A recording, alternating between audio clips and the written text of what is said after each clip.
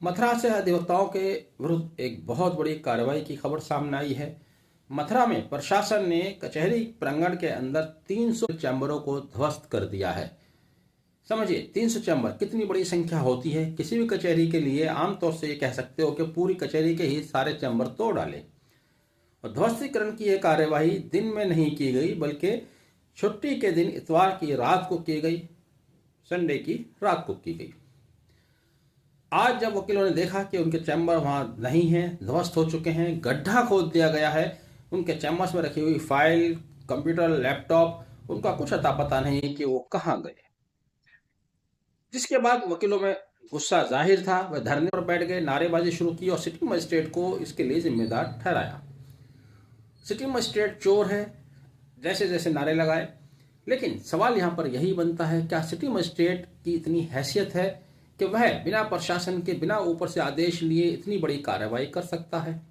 फिर ध्वस्तीकरण की कार्रवाई की गई है। लौट फिर के सवाल वहीं पर आता है कि आप जैसा भी चाहें वैसा माहौल बना दें, और जैसा माहौल आप बना देंगे उसका नफा नुकसान सबको होगा।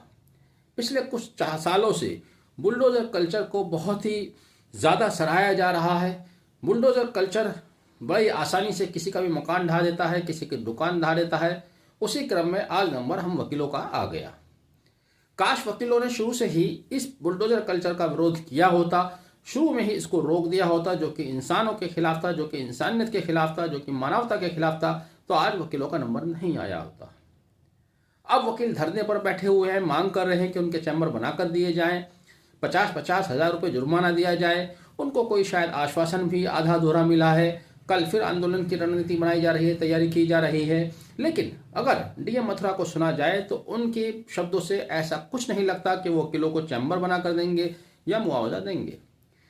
डीएम साहब का कहना है कि मथुरा के कुछ वकीलों ने शिकायत की थी कि कुछ वकीलों ने अवैध चैम्बर बनाकर वहां बैठ रहे हैं।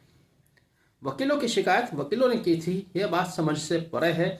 और अगर किसी वकील ने, किन्हीं वकीलों ने शिकायत की भी थी, तो आज सारे वकील धरने प्रदर्शन पर क्यों बैठे हैं? या वो शिकायत लिखित में की थी या मौखिक की थी, या उस शिकायत के बाद आपने जिनके चैम्बर तोड़े उनसे कोई जवाब तलब किया था, या उनको कोई चेतावनी दी थी, या उनसे कहा था कि आप इस बिल्डिंग को, इस कमरे को खाली कर दीजिए?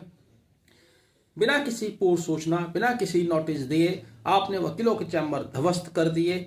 जिस तरह से आप लोगों के मकान, दुकान ध्वस्त करते आए हो, उसी तरह से आपने वकीलों के चैम्बर ध्वस्त कर दिए। हौसला आपका बढ़ा हुआ है तोड़ने के लिए, लोगों को बर्बाद करने के लिए। विकासशील राज्य का यह उद्देश्य कभी नहीं था। विकासशील राज्य ध्वस्तीकरण नहीं करता है, निर्माण करता है। लेकिन अफसोस कि यहाँ आए दिन कहीं ना कहीं से खबरें आती हैं, और इस बार खबर मथुरा के ज़िला अदालत से है, कलेक्ट्रेट से है, जो बहुत ही दुर्भाग्यपूर्ण है, जिसकी जितनी निंदा की जाए उतना कम है।